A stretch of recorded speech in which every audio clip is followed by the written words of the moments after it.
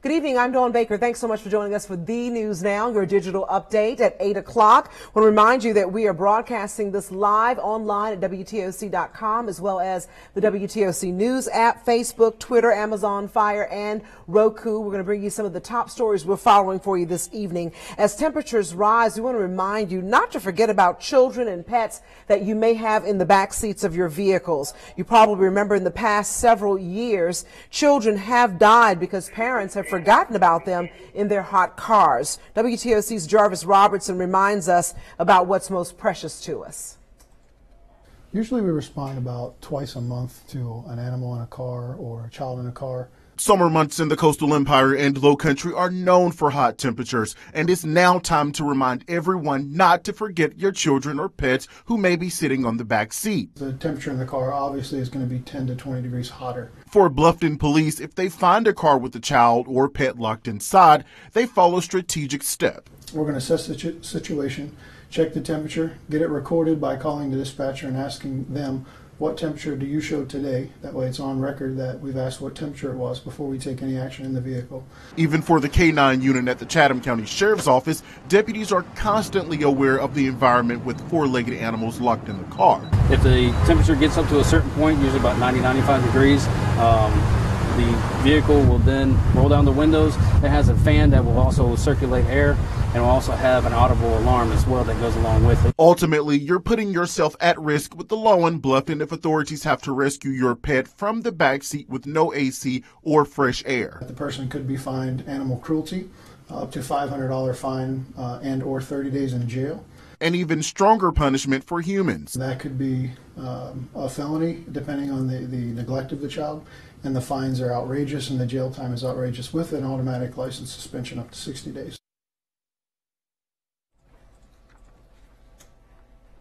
Well, Bluffton Police also tells our Jarvis Robertson that if you see a child or a pet inside a car, to call 911 immediately so they can come to the situation, investigate, and actually rescue that child or pet immediately.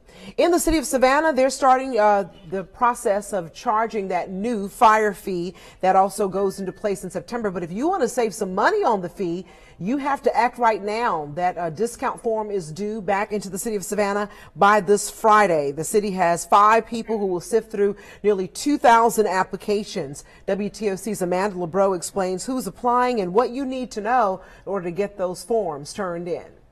5 Savannah Revenue Department members are combing through thousands of applications for discounts on the city's new fire fee. So far, 2,000 people have submitted them, and about 90% of those are from single-family residential property owners. We have heard from some of our larger property owners that are in that non-single family residence category. We're working with them to simplify that process and to get those in, and we are expecting to receive some of those larger applications this week. We've had representatives from SCAD in our office and representatives from the Board of Education working to get their discounts.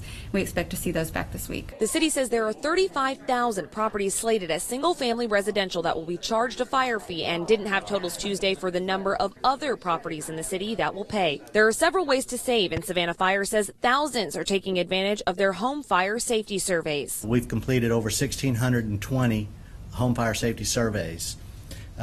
With that, a lot of times they already have a working smoke detector that we just check or replace a battery.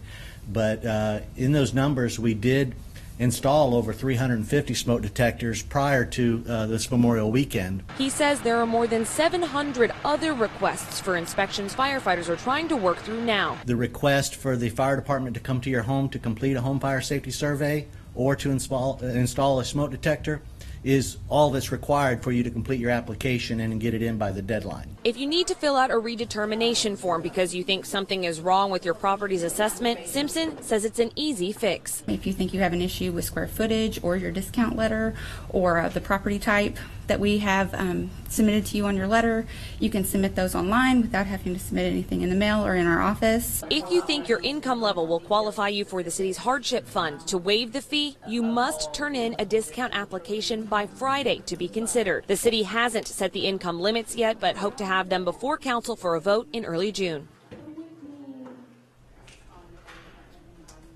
Well, Simpson also tells us that if you submit your application and it's incomplete or something is missing, they will work with you after the deadline as long as you meet that original deadline on this Friday. A South Carolina mother is in jail tonight, this after telling police earlier during the day that her baby was missing. Take a look at this little baby's picture, and police now say that that baby has been found dead, hidden in a diaper box in a field about 1,000 yards away from the home. The mother told deputies that she was walking to her mailbox carrying her daughter when a man in an SUV pulled up and jumped out of the SUV. She said the man then punched her several times in the head, took the baby, and then drove away. SLED and the FBI are assisting in this case.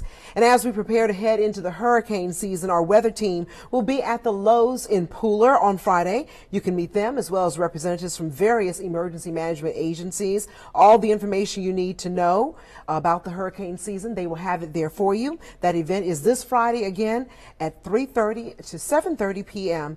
Go on out and join them and get the information you need to know to make sure that you and your family are safe throughout this hurricane season, which begins actually on this Friday. And don't forget to come on back for our next digital update with Jamie Erdahl, our meteorologist. She will have your first alert forecast and a whole lot more for you.